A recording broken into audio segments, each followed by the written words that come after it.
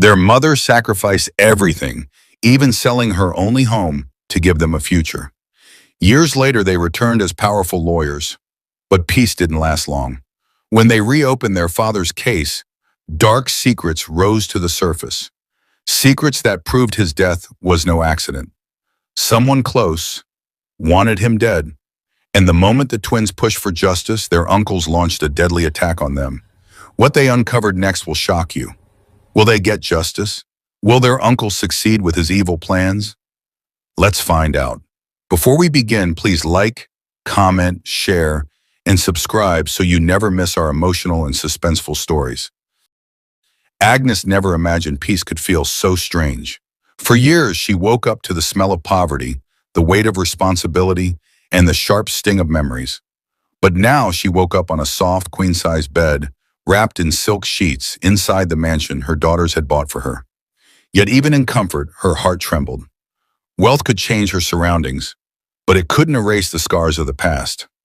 Every time she closed her eyes, she still saw Cheeky, smiling, wiping sweat from his face after a long day, lifting their twins high into the air. And every time she remembered how he died, her heart shattered all over again. But Ada and Amara were the fire that kept her standing. New lawyers, smart, fearless, determined. And today, the biggest battle of their lives was beginning. Agnes sat in the living room, her hands shaking slightly as she watched her daughters dress in their crisp black suits. Their wigs sat neatly on the table, their law books arranged beside them. They moved with a quiet confidence that made her chest swell with pride. "Mummy," Ada said softly as she adjusted her collar, "today is the beginning of justice." Amara nodded, her eye burning with fire. "We are filing the suit against our uncles. No going back." Agnes's throat tightened. "My children, are you sure? Those men, they are dangerous." Ada knelt beside her. "Mummy, we are not little girls anymore. We know the risk, but Daddy deserves justice." Agnes closed her eyes as tears escaped. She had prayed for this moment, but fear clung to her heart like a shadow. "God will guide you," she whispered. The twins hugged her tightly as they picked up their gowns and wigs. "Today, Mummy," Amara said, "marks the end of their wickedness." The court filing. The courthouse was bustling with lawyers, clerks, journalists, and police officers. But when the twins walked in, tall, confident, and strikingly identical, heads turned. Whispers followed them. "Who are they? Are they new? They're so bold. They walk like they're ready to fight the whole world." And they were. The twins walked straight to the filing office, placed their documents on the counter, and said, "We want to file a suit for unlawful inheritance seizure, property theft, assault, financial manipulation, and attempted harm." The clerk's eyes widened as she scanned the pages. This is against your father's brothers?" Ada nodded firmly. "Yes, we have evidence. Powerful evidence. Documents they dug up from the probate registry, receipts their father kept hidden, land transfer papers, bank statements, and testimonies waiting to explode." The clerk swallowed. "This will shake the whole community." Amara smiled coldly. "That is exactly what we want." It didn't take long for the news to reach them. Okafor, the eldest uncle, tall, dark, with a permanent scowl, heard it first. He threw his bottle of beer against the wall in rage. "Those useless girls! They dare challenge me!" The other brother, Obina, trembled with fear. "I told you we should leave them alone. These girls are lawyers now. Professionals. We can't fight them in court." Okafor grabbed him by the collar. "Coward. If they think they are smart, we must show them who owns power." That night, Ada sat at her desk reviewing their father's old documents. Something about his death had always bothered her, a feeling she buried as a child but now resurfaced with force. "Mara," she whispered, "come and see this." Amara rushed over, brows furrowed. "What is it?" Ada placed a grease-stained paper on the table. "This is Daddy's last service record from the mechanic workshop, dated 2 days before his death. So, look at the note at the bottom. He wrote, 'If anything happens to me, check the brakes.'" Amara's heart stopped. Why Why would Daddy write that? Ada swallowed hard. Because someone threatened him.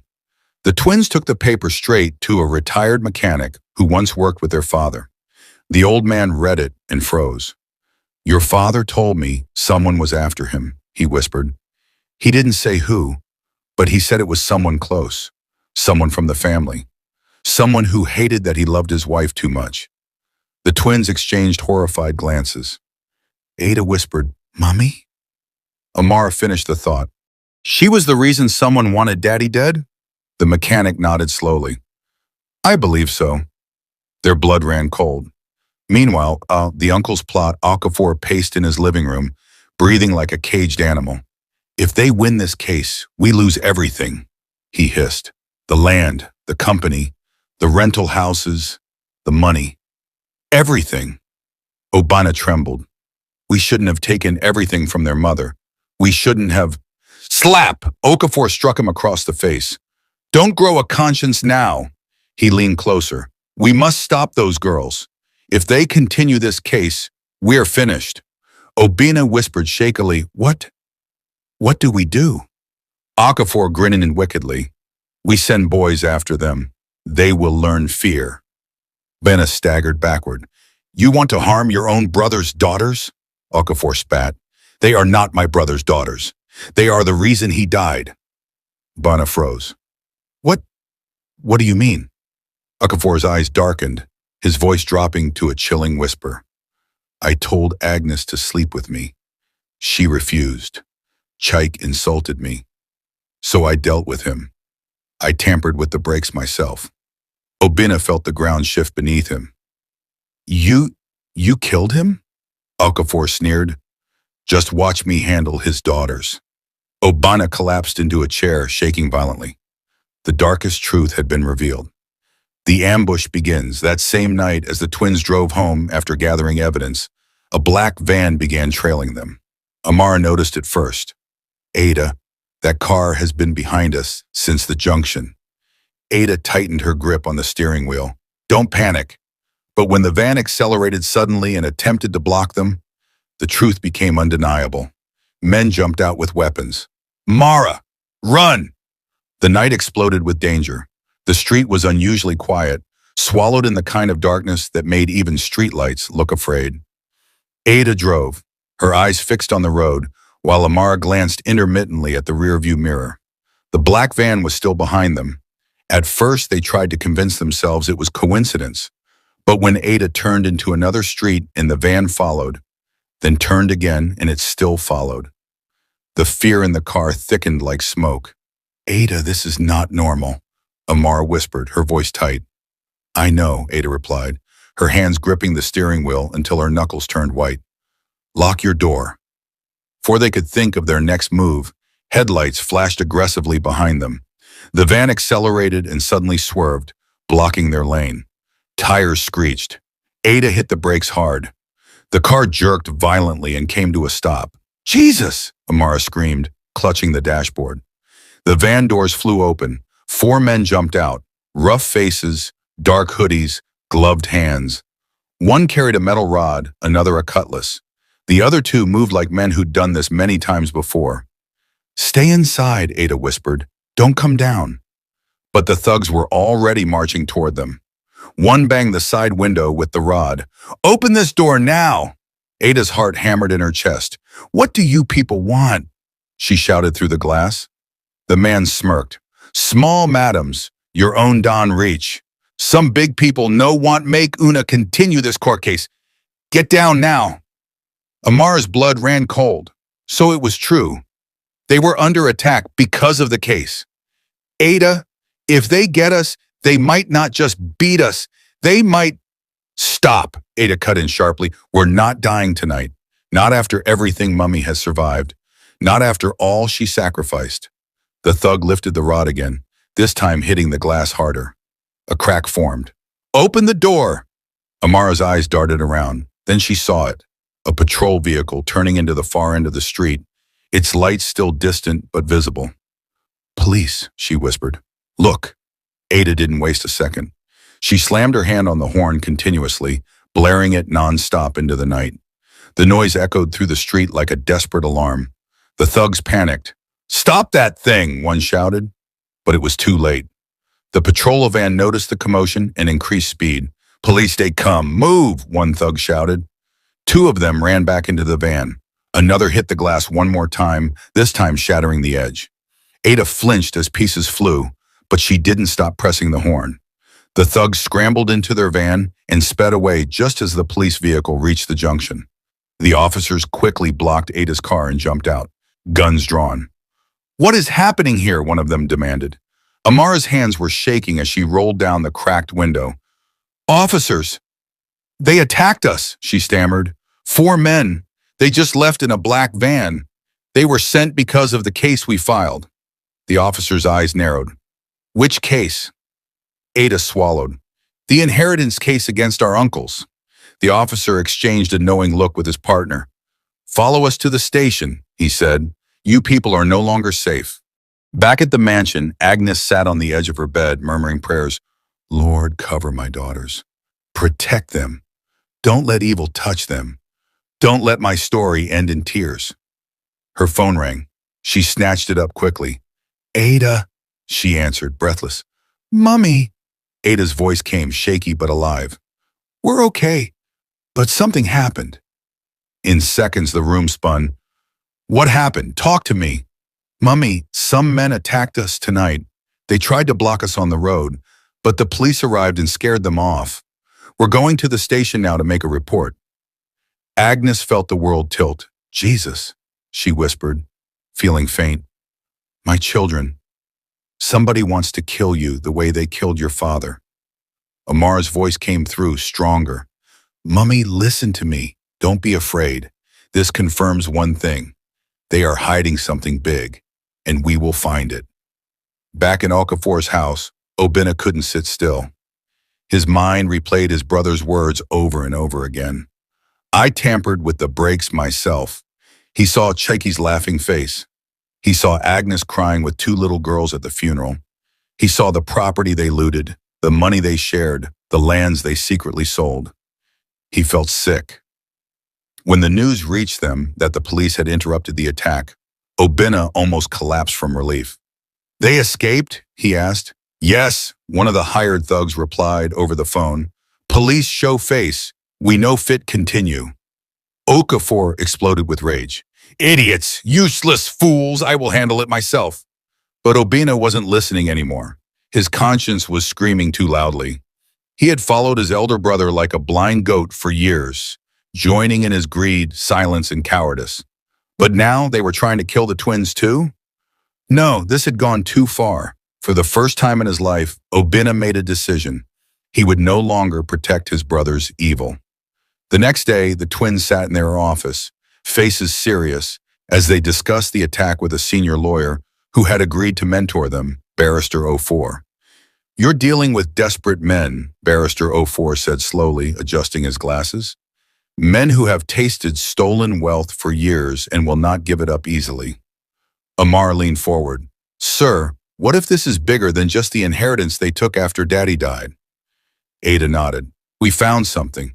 Old property records, dated even before we were born." They spread documents across his table. "These lands were once in Daddy's name," Ada explained, "but he signed them away to his brothers years ago, voluntarily. No court case, no force, at least on paper." Barrister Ofor studied the documents. "Your father was loaded," he murmured. "He had land, shares in a company, and property rentals. This is more than we thought." Amara swallowed hard. "Sir, Daddy let some of his inheritance go for the sake of peace, according to an old neighbor. He gave in to keep the family united. But instead of appreciating him, they took more. They bullied him when he was alive and even worse when he died." Barrister Ofor nodded slowly. "If he signed under emotional pressure or manipulation, we can still challenge some of these transfers, especially now that they've added attempted harm to the list. A court will want to hear everything." Ada looked up, eyes burning. "Then we're going all the way. We're not just reclaiming what they took after he died. We're going after everything they siphoned while he was alive." Barrister Ofor smiled faintly. "Then get ready. This is no longer just a family dispute. This is a war. That evening, Obina arrived at the gate of the twins' law office. He stood outside for a long time, clutching his cap, sweating heavily, his heart beating as if trying to escape his chest. When the security guard asked who he was, his voice cracked. "My name is Obina. I am their father's younger brother. Please, I need to see them." They hesitated, but eventually allowed him in. When he entered the office and saw Ada and Amara sitting behind their desk, dressed in black suits, looking so much like Chicky and Agnes combined, his legs gave way. He dropped to his knees. "Please forgive me," he cried. "I have come to confess." The twins exchanged a look. "Uncle Obina," Ada said, stunned. Amara's expression hardened. "What do you want?" He wept openly. "All these years, I followed my brother's wickedness. I watched as we looted your father's property, as we insulted your mother, as we called you useless because you were girls. I kept quiet. I collected my share. I was a coward. But now blood is about to spill again." He looked up at them, eyes swollen. "Your father did not die by accident," he whispered. The room went silent. Ada's breath stopped. Amara's fingers curled into fists. "Then how did he die?" Ada asked slowly, her voice trembling. Obina swallowed. "Okafor killed him." The air in the office went still. The ticking wall clock suddenly sounded louder than thunder. Ada and Amara stared at Obina, unable to breathe, unable to blink, unable to decide whether to scream or sob. "Uncle," Ada whispered, "say it again." Obina wiped his tears with trembling hands. "Your father was murdered." A coldness spread through the room. The twins froze. Their lungs tightened. Their skin prickled. Amara stepped closer, her voice shaking with fury. "Explain! Now, Steve." Obina swallowed hard, his voice breaking as years of guilt poured out. "Chick was a good man, too good, too peaceful, too humble, and Okafor hated him for it, hated how people loved him, hated how he treated Agnes like a queen, hated that Chicky refused to let Agnes bow to him." Ada felt her hands shake violently. "What does that have to do with his death?" she asked through clenched teeth. Obina closed his eyes. "One night, years before Chicky's accident, Okafor asked Agnes to, he choked on the words. "To do what?" Amara demanded, her voice louder now, eyes burning. Obina finally forced it out. "Okafor wanted Agnes to sleep with him." Ada covered her mouth in horror. Amara's entire body stiffened. "Jesus," Ada whispered. Obina nodded miserably. "Agnes refused. And when your father confronted Okafor, he beat Chicky in public, humiliated him, insulted him. But Chicky didn't fight back. He walked away." Amara stepped backward, palm over her heart. "And because Daddy refused to let his wife be disgraced, Okafor killed him?" Obina nodded, sobbing. "Yes. The day before the accident, Okafor came home furious. He said he would teach Chicky a lesson he would never forget. I begged him to calm down, but he ignored me. He went to the mechanic workshop where Chicky serviced cars and bribed one of the apprentices to distract the workers." Ada gasped softly, horror filling her eyes. "He tampered with the brakes?" Obina nodded again. "He cut the brake line, just enough to work for a while, but fail on the road." Ada slowly sank into her chair, shaking intensely. Amara gripped the edge of the table, tears running down her face. "You knew," she whispered.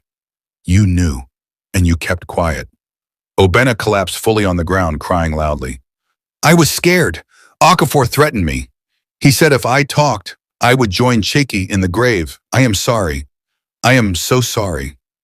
His tears soaked the floor. Ada wiped her eyes roughly. "You knew our father was murdered," she whispered, voice cracking. "And you watched our mother suffer. You watched us starve. You watched as everything was taken." Obina lowered his head in shame. "I deserve punishment. Whatever you decide, I will accept." Amara stepped closer, voice trembling with rage. "You're right. You deserve it." Ada took a deep breath, forcing herself to remain calm. "Uncle Obina, you came to confess. Why?" Obina sniffed hard. Because yesterday, when Okafor sent those boys to attack you, I realized he would kill anyone who stands in his way. Even you, even his own blood. He shook his head, trembling. I can't keep quiet anymore. I have daughters too. What if one day he turns on them? I had to speak the truth, before more blood is shed. The twins exchanged a long look, a mixture of anger, disgust, and painful understanding. This was the first crack, and they were about to break the whole wall. Setting the trap, Barrister Ofor entered the room after receiving the twins' urgent message. When the full confession was repeated, he paced the office slowly. This confession is powerful, he said, but the court needs proof. Hard evidence, not just tears. We'll get it, Amara said, determination burning through her grief. Ada nodded. We need Okafor himself to admit everything. Barrister Ofor raised an eyebrow. And how do you intend to make a criminal confess? A dangerous smile slowly spread across Amara's face. We trap him. Ada leaned forward. We set him up with a girl. Barrister Ofor blinked. A girl? Yes, Ada said. A girl he will not suspect. Someone he will brag to. Someone who can record everything. Amara continued.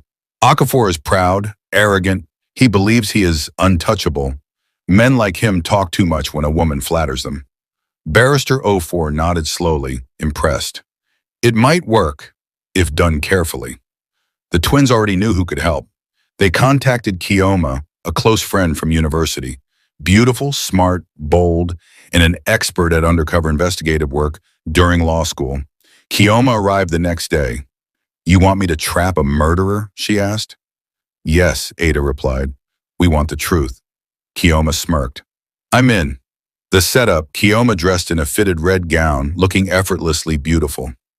They arranged to meet Okafor at a bar known for attracting corrupt men and loud talkers. Kioma approached him casually at the bar counter. Good evening, sir. You look familiar. Are you not the great Okafor I've been hearing about? Okafor puffed up instantly, pride swelling like an inflated balloon. You know me? Yes. Yes, I am Okafor. She smiled sweetly. People say you're one of the most powerful men in the community. Okafor laughed loudly and poured himself another drink. That is true. Do you know how much property I control? Even before my brother died, I already had land, money, company shares. Kioma leaned closer. Wow, you must be very strong. Even your brother's property became yours? Okafor smirked wickedly. That one was easy. Chike was too soft, too peaceful. A weak man. That's why I dealt with him. Kioma blinked. Dealt with him? Okafor laughed again, leaning closer in drunken pride. Yes, he insulted me. He refused to let Agnes obey me. That woman, that useless woman, thought she was special. I wanted her. She refused, so I finished her husband. I told him I would, and I did. He tapped the table proudly. I killed him with my own hands, tampered with the brakes myself. Kioma's heart raced, but her face remained calm. And what about the twins? He waved his hand dismissively. I tried to scare them, but police came. But no matter. I will end them soon. No girl child will challenge me. That was it, everything they needed. Kioma stood, dropping her bracelet deliberately. She pretended to pick it up, but in reality, she pressed stop on the recording device hidden inside it. Thank you for the drink, she said sweetly. She left the bar without looking back. Okafor didn't know he had just signed his own death warrant. Kioma arrived at the twins' office with the recording. They replayed it. Every word, every confession, every threat, every wicked victory he bragged about. Ada covered her face and wept. Amara bent over, shaking violently. Barrister Ofor clenched his fists.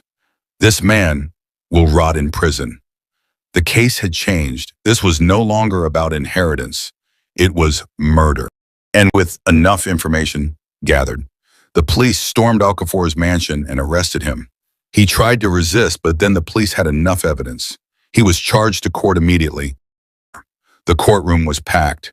Journalists hovered at the back, microphones raised. Curious spectators murmured, eager to witness the case that had shaken the entire community. Lawyers whispered, judges adjusted their glasses, and police officers stood guard at every corner. But when Ada and Amara entered, dressed in black gowns, wigs perfectly placed, shoulders erect with the confidence of destiny, the room fell silent. They looked like warriors, not just lawyers, not just daughters, but the voice of a man who never got justice. Agnes sat in the front row, her hands trembling, tears already standing in her eyes. She whispered prayers with every breath. God, fight for my children. Fight for my husband. Barrister O4 joined the twins on the bench. Are you ready? He asked. They nodded without hesitation. Today we end it. The case begins. The judge struck the gavel. Call your first witness. Ada stood tall. Your lordship, the plaintiffs call Mr. Obinna Nwankwo to the stand. Gasps rippled through the courtroom. Okafor's eyes widened. Obinna? You? He hissed under his breath. Obinna walked to the stand, head bowed, hands shaking, but his voice carried the weight of truth when he swore the oath. What do you know about the death of your elder brother, Mr. Cheki Nwankwo? Ada asked calmly. Obinna broke down immediately. My lord, my elder brother was murdered. The courtroom exploded in whispers. The judge hammered the gavel. Order, Ada continued. Who murdered him? Obinna lifted a trembling hand and pointed at Okafor. He did. My elder brother, Okafor Nwankwo, killed Chiki. Okafor leapt to his feet. Lies, your lordship. This man is insane. Sit down, the judge snapped. Obinna's confession poured out. Years of guilt, years of silence, years of fear. He spoke of the humiliation Chiki endured. He spoke of Okafor's disgusting demand for Agnes. He spoke of the threats. He spoke of the brake tampering. By the time he finished, even the spectators were wiping tears. Ada stepped aside. Your lordship, the witness has more, but the truth will be clearer with audio evidence. Recording Amara pressed play. Okafor's voice filled the room loud and shameless. I killed him myself, tampered with the brakes. He insulted me. Agnes refused to obey me. I told him I would deal with him, and I did. Gasps, screams, chaos. Even the judge froze mid-breath. Then another line played. I will end the daughters too. No girl child will challenge me. Every policeman in the courtroom turned toward Okafor. Barrister O4 stood. Your lordship, this is our Exhibit A, a clear and unedited confession of murder, attempted murder, inheritance theft, financial fraud, and threats. The judge turned slowly toward Okafor. Do you have anything to say for yourself? Okafor was shaking like a trapped animal. Your lordship, I was drunk. I didn't. Ada's voice cut through sharply. You were drunk when you threatened our lives too? The judge banged the gavel again. Silence. The final blow. The prosecution wasn't done. Ada presented stolen documents, land stolen before the twins were born, shares transferred illegally, sales made without consent. Amara presented receipts showing their father's hidden wealth. Wealth stolen slowly, year after year. Barrister O4 delivered the final words. Your lordship, this is not just a case of inheritance. This is a case of a wicked man who killed his own brother out of lust and envy. A man who abused tradition to oppress a widow. A man who attempted to kill these brave young lawyers when they demanded justice. This is evil, clothed in blood, greed, and shameless arrogance. The judge removed his glasses. I have heard enough from the verdict. Okafor Nwankwo, the judge said slowly, you are hereby found guilty of murder, conspiracy to murder, attempted murder, property theft, financial fraud, and intimidation. Okafor fell to his knees violently. No, I am innocent, please. The judge ignored him. You are sentenced to life imprisonment without possibility of bail. Take him away. Two officers dragged him from the courtroom as he screamed and kicked. Leave me! Agnes, please, help me! But Agnes did not even turn her head. For once, she felt no fear, no pain, only justice. The judge turned to Obinna.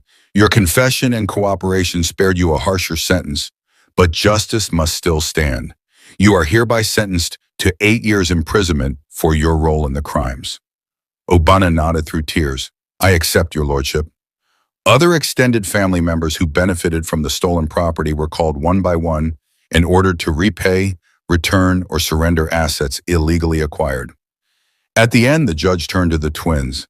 And as for you two, your father would be proud. Justice is served. The victory. Outside the courtroom, Agnes hugged her daughters as reporters crowded. "Mummy," Ada whispered, "we did it." Amara smiled through tears. "No more fear, no more hiding. Daddy can rest now." Agnes held their faces, tears falling. "My daughters, you have avenged your father. You have washed away my shame. God has used you to restore everything we lost." Ada nodded. "And it's not over. We will rebuild Daddy's company. We will reclaim every land. We will restore his name." Amara added softly, "And we will protect you for the rest of our lives."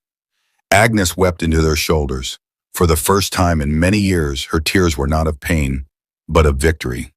Justice had finally come, and the daughters she once raised with hunger had become the warriors who saved her. Moral of this story: evil may hide for a season, but truth never sleeps. A mother's sacrifice can raise warriors, and justice always finds its way, no matter how deep the wicked bury their secrets. In the end, darkness cannot defeat children raised with love, courage, and purpose. Thank you so much for watching this powerful story of truth, courage, and justice. But now the question remains, do you think the battle is truly over? Will the twins be able to rebuild their father's company and restore every legacy he left behind? Or will new enemies rise from the shadows? If you want to see part 3, kindly comment, like, share, and subscribe so you never miss the next chapter of this emotional journey. Thank you for watching. See you in the next story.